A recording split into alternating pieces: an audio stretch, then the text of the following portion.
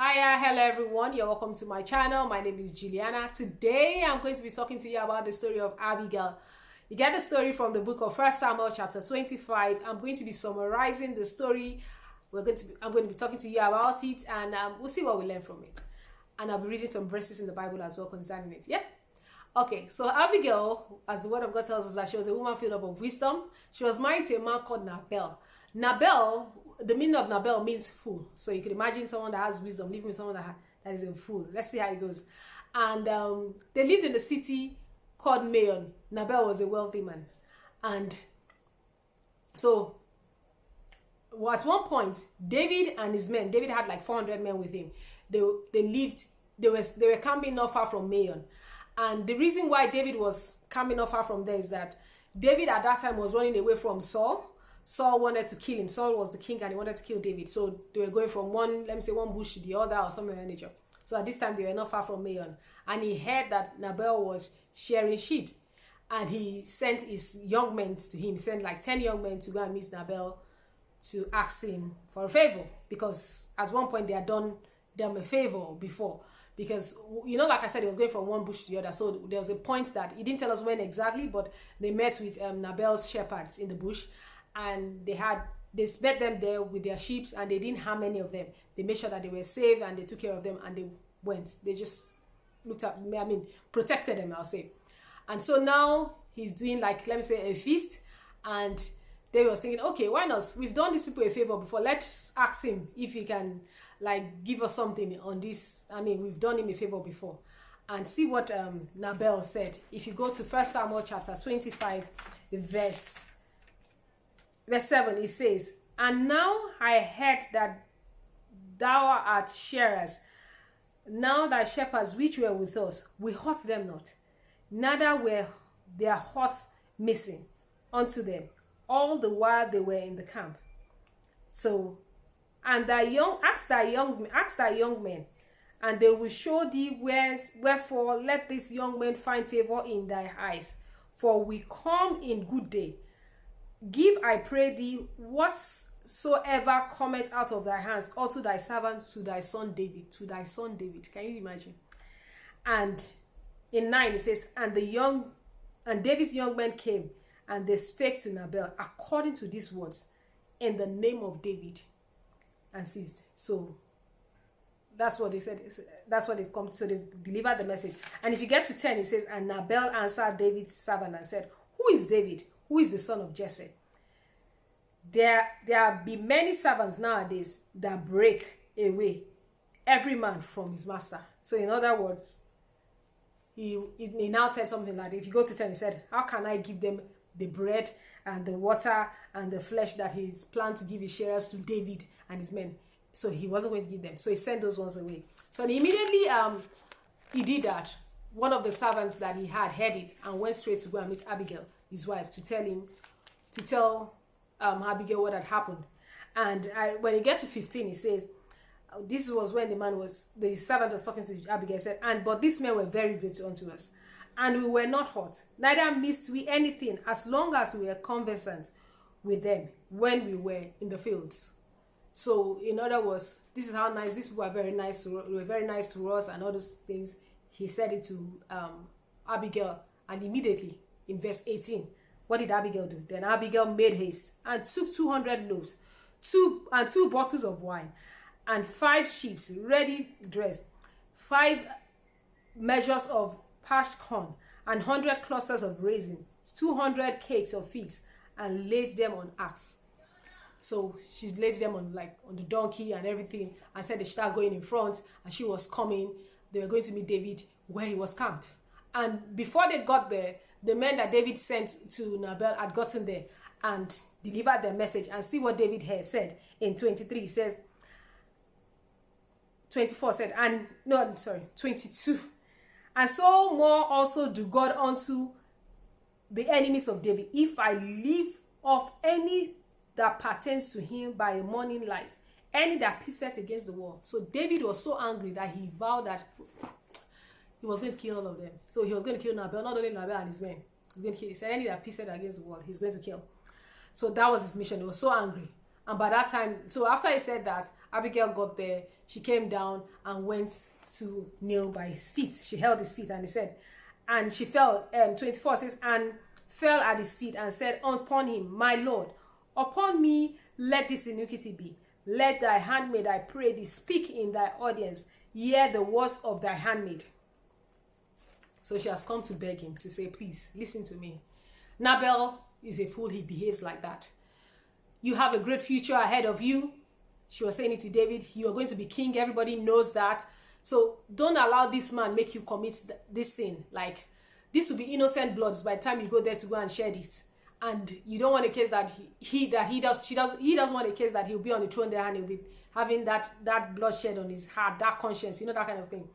And she spoke to David, said to him that he has a great future, what God has plans for him and everything, and that he shouldn't let this man's behavior hinder him from his blessings. Or she just said all those nice things anyway. So after she had said all that, David listened to her and she brought some gifts. So one of the things I'll say I learned from this is that she was a generous person, and then she was a kind person. She didn't just think that she immediately she heard that, she didn't ignore it. She didn't say, well, what's my business? She didn't do that.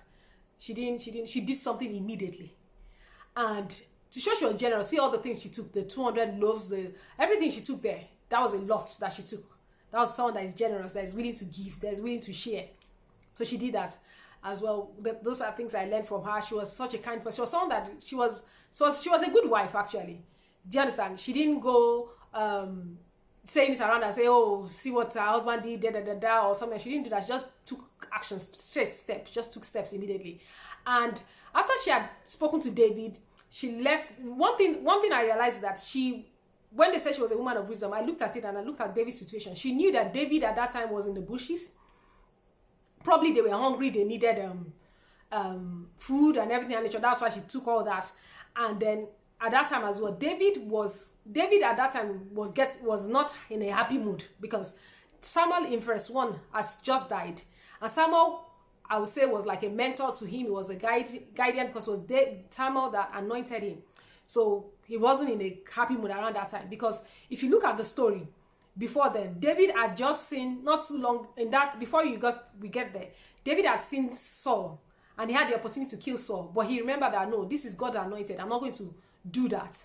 Do you understand my point? So now he's gotten to the extent that he has forgotten about that by the time he got the messages from Nabal, because remember, he was not in a good mood. Then to come and add it that Nabal has sent him an insult, with the mood that he was not happy at all before, because Samuel had just died. He had forgot, so that was why he was going to take that revenge on him. So thank God for Abigail that was able to come and say all those nice words and know what to do at that time. And that's just saved Nabal and his men from dying. So you can imagine how many people that she had just saved their lives from taking the right step and taking the right decision. So she was a generous woman. She was a peacemaker. She went there to make peace. She didn't want any trouble. She went to make peace. Do you understand? And I'm sure before the servant went to go and meet Abigail, Nabal would have been making some decisions that were wrong, that Abigail would have always stepped in to correct those things. So that was why, I believe that was why the servant went to go and meet her. And then one thing I'll also say is that the story continues anyway. After Abigail left there, she got home and she saw that Nabal was drunk. She didn't say anything to him. She waited till in the morning when his face was clear. He knew what was going on and said to him what she had done. And Nabal was so shocked that 10 days later he died. So one of the things I'll say I learned from it is that God avenged David, his enemy, as in God was the one that later fought for him, instead of him to go and do that for himself. Because the word of God tells us in Exodus 14:14, says, the Lord will fight for you, just hold your peace. As in, how does it say? It says, the Lord will fight for you, you shall hold your peace. Just allow God to fight for you in everything that whatever it is. Do you understand? Say, for example, now let me give you an example. Like someone has just done something wrong to you. Don't go there and say, oh, look, I'm going to do my own back. I'm going to avenge this. No. Just leave it in the hands of God, and it's best to handle it his own way. Do you understand my point? So that woman has just saved David. She has just saved him from committing sin, having any blood on his head. Do you understand my point? So on that situation. So that and then saved other men and their family. Do you understand me? Those men would have had wife, they would have had children. So she had just saved the woman from being husbandless, and she had just heard that's maybe being a widow, and she had just saved the children from being fatherless. So do you understand? If you look at it, if you think about it deep, what she had done, she didn't. Do you understand my point? Not only do you understand me? So she has done something really that was impactful. Do you understand my point? Something that's why I'm sure, because of what she has done, that's why you have the story in the Bible. They gave her a space there for us to know who Abigail is, to show that how she stood out. Do you understand me? She really stood out. She was a peacemaker. She was a faithful woman. She was someone you can trust. She was a good wife. Do you understand? Even though her husband maybe behaved foolishly, but she was a good wife. She was a good wife. Yeah. So those are things that and the other thing I'll say is that never the word of God. Okay, there's something I wanted to read here. It says in Proverbs 21 verse 23, it says, whosoever keepeth his mouth and his tongue keepeth himself out of trouble. It's true. If Nabal kept his mouth, he would have kept himself out of trouble. Do you understand my point? The wife would, do you understand as in, if for example, right, I'm just assuming that he didn't know that David and his men helped his shepherds at one time, all he would have just done was call one of his servants to say, oh, was it true that this situation happened? Do you understand my point? No, he didn't bother, because maybe in a way he probably must have heard the story, or he just didn't want to help. Do you understand my point? So instead, the way he spoke was so upsetting that David was so angry. Do you understand my point? So we need to be careful the way we say things to people, the way we speak to people, so that we don't get sometimes, I mean, just let's watch the way we speak to people, because sometimes you never know what that person is going through. Then you say something to them and you just maybe made their day bad, or you just done so, because you never know the person you've spoken to anyhow. Maybe that person, okay, let's say assuming somebody else was rude to you, right? And okay, let me give you an example of myself, right? I'm a kind of person that sometimes, I remember sometimes, right, somebody upset me and they say something, if they say it to me, I'll just kind of like say something back to them, and I realize when I say that, it's not really, sometimes at the end of the day, I'll be like, oh, why should I have said that? Do you understand? So now, and I've got to the extent now that I've learned that when somebody says something, I just ignore them and just don't answer, don't reply them and leave it.